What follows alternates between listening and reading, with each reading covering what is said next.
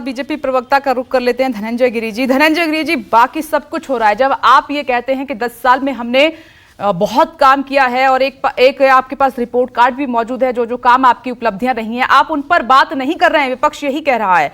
आप ये नहीं बता रहे कि महंगाई की सद तक कम हो गई, रोजगार देने का वादा किया था, कितना रोजगार दिया है, अभी भी आप देखिए ग्राउंड जीरो पर जब हम बात करते हैं तो बेरोजगारी की बात सामने निकल कर आ जाती है।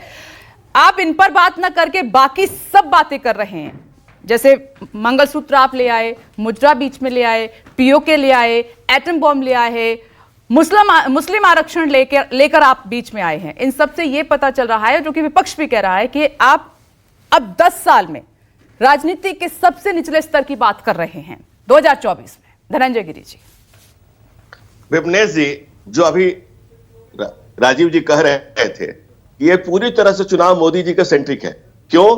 क्योंकि जनशक्ति मोदी जी के पास और एक विशाल जीवन का पुख्ता अनुभव, व्यापक परिभ्रमण, विस्तृत जानकारी, एक आत्मसमृद्ध व्यक्तित्व और सूक्ष्म जीवन चेतना, सुदूर प्रसार अंतर्दृष्टि, आत्महंता आस्था, अमोघ आत्मविश्वास, सत्यनिष्ठा, महान उद्देश्य को लेकर जो नरेंद्र मोदी देश को, नेशन को, इंडिया को जिस कवैया नरेंद्र जिस ऊंचाई पर लेकर के जा रहे हैं, हम तो अपने मैनिफेस्टो में लिखे हैं भाई 10वीं अर्थव्यवस्था को हमने 5वीं करके दिखाया। तो चल हो जा शुरू।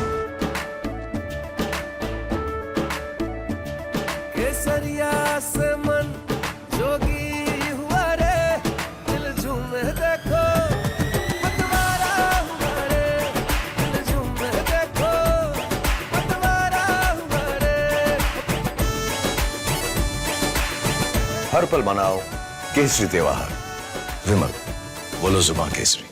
16 लाख के ट्रिलियन की इकोनॉमी को, आज 16 लाख करोड़ की इकोनॉमी को 45 लाख करोड़ पर ले आए, 5 शहरों की मेट्रो को 27 शहरों में ले आए, 12 करोड़ किसानों के घर, 12 करोड़ सम्मान निधि, 12 करोड़ टॉयलेट, 4 करोड़ हम आगे 3 करोड़ घर बनाएंगे, 1 करोड़ घरों पर सोलर लगाएंगे। और पीरियोडिक लेवल सर्वे बेरोजगारी का डाटा देता है, जो ऑल टाइम सबसे लो है, 3% है, महंगाई 5% है। कांग्रेस के समय में 2010 में 12% इन्फ्लेशन था, 2014 में जो लोग है 10% था, आज वो 3.7% है। तो लगातार 10 सालों में हम इन्फ्लेशन नीचे है और लगातार हमारा ऊपर बढ़ रहे हैं। तो अगर हम बड़ी अर्थव्यवस्था बन रहे तो कैसे बन रहे? हमने तो कहा कि 5वीं को 3री पर ले जाएंगे, हम कह रहे 400 सीटें पाएंगे।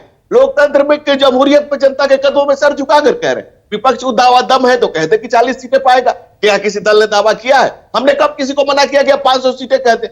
हम लगातार अपने किए गए कार्यों की बात कर रहे हैं। लेकिन विपक्ष को किसने कहा था, इंडिया अलायंस को किसने कहा था कि आप इस जीवन के सनातन मूल्यों पर हमला करें, आप इस मंदिर पर हमला करें, आप सनातन को कीटाणु बताएं, आप इरेडिक्ट करें, आप हटाने की बात करें? हमने कब कहा था ये बात? लेकिन अगर विपक्ष ऐसे कुकृत्य करता है और कुछ लोग कहते हैं कि भाई पाकिस्तान के पास परमाणु बम है, अरे हमें पाकिस्तान के परमाणु बम की चिंता नहीं है, हमें भारत के अंदर छुपे हुए कीटाणु बम की चिंता है। जो कीटाणु बम यहां छुपे हुए अंदर में, चिंता उनकी है कि केजरीवाल के पूरे परिवार को फवाद का मवाद क्यों अच्छा लगता है। फवाद इस देश का मवाद बह रहा है और इस देश में लोग मुस्कुरा रहे हैं। वोट जिहाद की बात हो रही है, दिक्कत वहां पर है। रिश्ता क्या कहलाता है, ये पारिवारिक संबंध क्या कहलाते हैं? मणिशंकर अय्यर पाकिस्तान में मदद मांगने जाते हैं कि हमें मोदी को हटाना है, मदद करो। ये देश सब देख रहा है। आप इस देश के दलितों, वंचितों, शोषितों, पीड़ितों को जो प्रताड़ित कर रहे हैं वो भी देख रहा है। आप कह रहे हैं पीडीए, पिछड़ो, दे दो अपना हक अल्पसंख्यकों को। आपके कहने का मतलब सिर्फ इतना है, आप आंध्रा में 5% आरक्षण उठा करके SC/ST का अगर मुसलमानों को देते हैं और वो लगातार सुप्रीम कोर्ट से 4 बार खारिज होता है, आप कर्नाटका में पिछले दरवाजे से पिछड़ों का हक अगर मुसलमानों को देते हैं, धर्म के आधार पर इस देश की राजनीति करना चाहते हैं। बाबा साहब डॉक्टर भीमराव अम्बेडकर भी इसके खिलाफ थे, 14 अगस्त को भी उन्होंने कहा था। और आरक्षण कोई गरीबी उन्मूलन कार्यक्रम नहीं है, ये रोटी रोजगार का विषय नहीं है। जाति के आधार पर जिस समाज को अपमानित किया गया था, आरक्षण उसके लिए। बाबा साहब और महात्मा गांधी दोनों इसके पक्षधर थे कि सिर्फ जातियों के आधार पर जो प्रताड़ना हुई है उसको दूर करना है। हम लगातार सामाजिक समरसता से लेकर कोई परेशानी है तो आप कोर्ट पे जा सकते हैं, लेकिन सर्वधर्म वाले देश में चुनाव के वक्त आप हिंदू मुसलमान क्यों कर रहे हैं? इससे लग रहा है कि आपके पास कोई मुद्दा नहीं है। विपनेश जी, आप तब सुन नहीं रही हैं, मैं इतने देर से मुद्दा ही बता रहा हूं। और बात हिंदू मुसलमान की हो, सारे धर्मों की तो बुराई नहीं है, लेकिन कुछ लोगों को मुल्क से ज्यादा मुसलमान पसंद है। क्योंकि उन्हें मुसलमान मुसलमान कह के मुसलमानों को वोट बैंक बना के रखना है। इस देश की सच्चर कमेटी की रिपोर्ट भी उन्हीं के समय में आई थी। मुसलमानों को उन्होंने पावपोच समझा, हमेशा पिछड़ा बना करके रखा। क्यों? क्योंकि उन्हें मुसलमानों को वोट बैंक बना के रखना था। अब इस मुल्क का मुसलमान भी समझ रहा है वो वोट बैंक करने के लिए तैयार नहीं है, तो उसे डर दिखाया जा रहा है। कुछ अपीजमेंट की पॉलिटिक्स, हम तुष्टीकरण की राजनीति के खिलाफ थे हैं और रहेंगे। हम संतुष्टीकरण की बात करते हैं। दुनिया के जितने विचारक हुए, देश की अर्थव्यवस्था तीसरे नंबर पर आप ले आए, आपने रोजगार दिया, बेरोजगारी बिल्कुल आपने खत्म कर दी, महंगाई बिल्कुल आपने खत्म कर दी, 25 करोड़ लोगों को गरीबी रेखा से ऊपर ले आए। ठीक है, आपने इतना कुछ किया, तो फिर क्यों बीच में बीजेपी मंगलसूत्र लेकर आ रही है?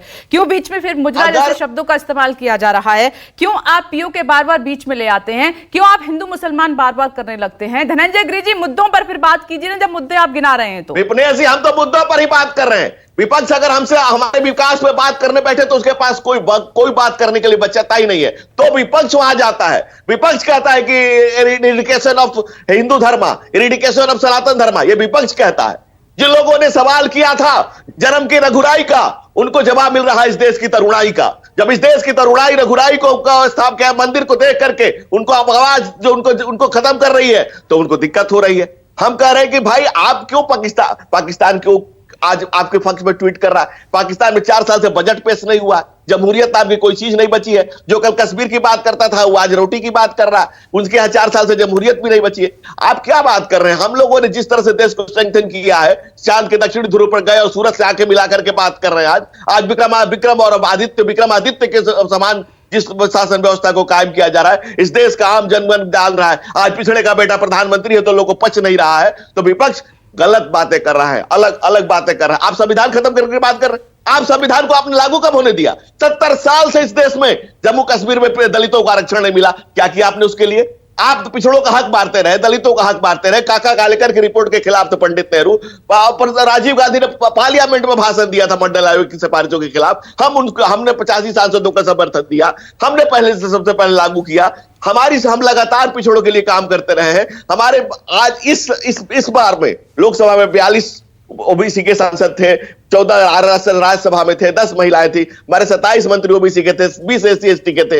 ऐसा तो इतना तो कांग्रेस के पास सांसद भी नहीं है जितना हमारे पिछड़े समाज से थे। ठीक है, तो कांग्रेस करप्शन का पर्याय है। कांग्रेस भी कथित तौर पे मंडल कमीशन के करीब जाने की कोशिश करती है, लेकिन वो मंडल को बंडल समझती है और उनके नेताओं के घरों से बंडल मिलते हैं, कमीशन खोरी का कभी पैसे मिलते हैं। तो इस देश का गरीब गांव, गरीब किसान, नौजवान कहता है कि कांग्रेस करप्शन का पर्याय है, विपक्ष बर्बादी का अध्याय है। जी।